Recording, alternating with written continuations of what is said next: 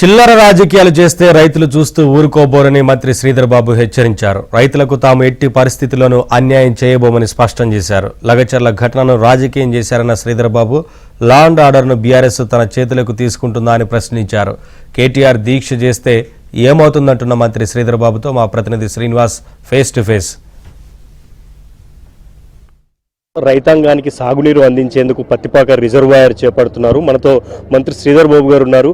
Sir, ముఖ్యంగా ప్రాజెక్టులు చేపట్టేటప్పుడు ఈ భూసేకరణ ఇటీవల మనం లఘుచర్ల ఘటన చూసాం. సో పత్తిపాక విషయంలో రైతులకు ఎలాంటి భూసేకరణ చేసేటప్పుడు నష్టపరిహారం ఇవ్వబోతున్నారు? ఇప్పుడు మేము స్పష్టంగా పత్తిపాకకు సంబంధించిన అనేక మంది రైతు సోదరులు ఈ ప్రాంతానికి సంబంధించి చాలా సంవత్సరాలుగా వేచి చూస్తూ ఉన్నాము.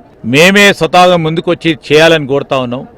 మా రైతులందరి పూర్తి స్థాయిలో సహకారం ఉంటుందని వారంతటా వారుగా వచ్చిండ్రు. రేపొద్దున ఎవరైనా చిల్లర రాజకీయం చేయాలన్నా మేము ఊరుకోమని వాళ్ళే స్పష్టంగా చెప్పిండ్రు. సో ఇక్కడ రేపు మొత్తం రైతాంగానికి సంబంధించిన భూసేకరణ వచ్చినప్పుడు ఎన్ని ఎకరాలు, 10 ఎకరాలు అవసరమా, 100, 200, 500 అవన్నీ స్పష్టంగా కలెక్టర్ గారు బేరీజ్ చేసిన తర్వాత తప్పకుండా ఏ విధమైన పాలసీ ఉందో ఆ పాలసీ ప్రకారం రైతులకు మేలు చేసే కార్యక్రమం చేస్తాం. అంటే బీఆర్ఎస్ ప్రతిపక్షాలు ప్రభుత్వం చేస్తున్న భూసేకరణ మీద అనేక విమర్శలు చేస్తున్నాయి.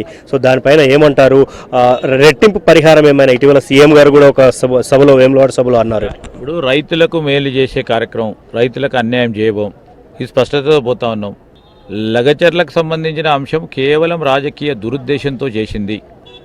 దాంట్లో 16 మంది అక్కడ భూములు లేని వారు వచ్చి ఏ విధంగా గలాబా చేసిండ్రు, గడబడి చేసిండ్రు, ఉసిగల్పిండ్రు, అధికారులను కొట్టే కార్యక్రమం చేసిండ్రు, భయపెట్టించే భయభ్రాంతులు సృష్టించే ప్రయత్నం మీద లా అండ్ ఆర్డర్ వారి చేతిలో తీసుకోవడం జరిగింది. సో ఈ విధమైన ప్రయత్నము ప్రతిపక్షాలకు సంబంధించి రాష్ట్రానికి జరుగుతూ ఉన్న అభివృద్ధి సంక్షేమాన్ని అడ్డుకోవాలని చేస్తూ ఉన్న ప్రయత్నం ప్రజలందరికీ కనబడుతోంది. ధర్మిల్లా మేము కూడా అడిగినాం, ఆ విధంగా చేస్తారేమో వాళ్ళ మిమ్మల్ని రేపు పొద్దున వచ్చి కొంతమంది ఎక్కడి నుంచో వచ్చి చేసే ప్రయత్నం చేస్తారంటే ఎవరు వచ్చినా ఊరుకునేది లేదు. మాకు కావాల్సింది ఇది, మాకు ఖచ్చితంగా మీరు చేయాలని చెప్పిండ్రు.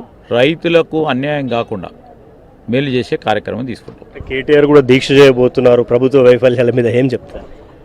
ఈ ప్రజాస్వామ్యంలో ఎవరు దీక్ష చేసినా ప్రజలందరూ 10 సంవత్సరాలు వారు ఏ విషయంలో సంక్షేమం అభివృద్ధి విషయంలో ముందుకు వెళ్ళలేదు. ప్రభుత్వం 1 సంవత్సరం పూర్తి చేస్తూ ఉన్న సందర్భంలో మొత్తం అన్నీ చేయాలి, అన్నీ చేయాలి. మేము ప్రజలకు తెలియజేస్తూ ఉన్నాం. ఆర్థిక వ్యవస్థ గాడిలో పెట్టలే వాళ్ళు. మేము పెట్టే ప్రయత్నం చేస్తూ ఒకటి తర్వాత ఒకటి అన్ని సంక్షేమ పథకాలు చేస్తూ ఉన్నాం. ప్రజాస్వామ్యంగా ఎవరైనా దీక్ష చేయొచ్చు, ఎవరికైనా వెసులుబాటు ఉంది, దాని పరంగా చేస్తూ ఉండొచ్చు. దాని పరంగా మేమేం మాట్లాడుతాం. పత్తిపాక రిజర్వాయరు ఎంత ఆయకట్టు స్థిరీకరణ ఉంటుంది, ఎన్ని కోట్ల వ్యయం అవ్వబోతోంది సార్? ఎన్ని కోట్లు అవుతుందో ఇప్పుడు తెలియదు. ఒక ప్రాథమిక అంచనా ప్రకారం 10,000 ఎకరాలు కొత్త ఆయకట్టు, దానికి తోడు 2 లక్షల పై చిలుకు స్థిరీకరణ, స్టెబిలైజేషన్ ఖచ్చితంగా జరుగుతుంది.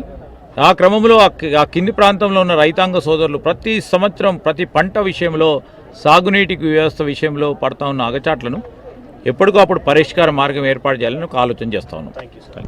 సో మొత్తం రైతులకు అన్యాయం చేయమని, భూసేకరణ విషయంలో గత ప్రభుత్వం లాగా వ్యవహరించము అని మంత్రి శ్రీధర్ బాబు చెప్తున్నారు. పత్తిపాక రిజర్వాయర్తో కొత్త ఆయకట్టు స్థిరీకరణ కూడా అందుబాటులోకి వస్తుందని ఆయన అంటున్నారు. కేటీఆర్ దీక్ష పైన ప్రజాస్వామ్యంలో ఎవరైనా దీక్ష చేసుకునే అవకాశం ఉందని ఆయన అంటున్నారు. వీడియో జర్నలిస్ట్ కుమార్తో శ్రీనివాస్, ఏబిఎన్ ఆంధ్రజ్యోతి, పెద్దపల్లి.